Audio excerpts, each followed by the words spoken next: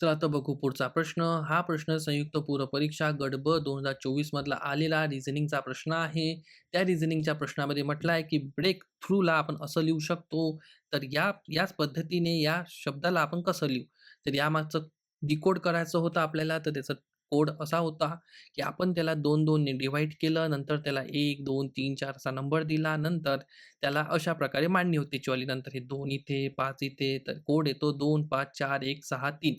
तर याच पद्धतीने आपण उत्तर काढू शकतो. तर विचारलं आहे की डिस्ट्रिब्युशनला कसं लिहायचं? तर डिस्ट्रिब्युशनला आपण 2-2 ने डिव्हाईड करू आणि 2 डिव्हाईड केल्यानंतर त्याला कोड देऊन, कोड दिल्यानंतर याला या अंकमालिकेनुसार आपण त्याला अरेंज करू. आर-आय शेवटी आर-आय येते आणि एस-टी समोर तर उत्तर येते तिसरं. शॉर्ट्स व्हिडिओ असल्या कारणाने हा व्हिडिओ फास्ट एक्सप्लेनेशन झालेला आहे.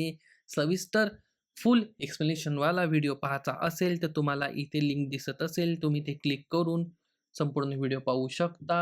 व्हिडिओ आवडला असेल तर लाईक करा, मित्रांना शेअर करा, चॅनलला सबस्क्राईब करा, सोबतच बेल आयकॉन दाबा. धन्यवाद.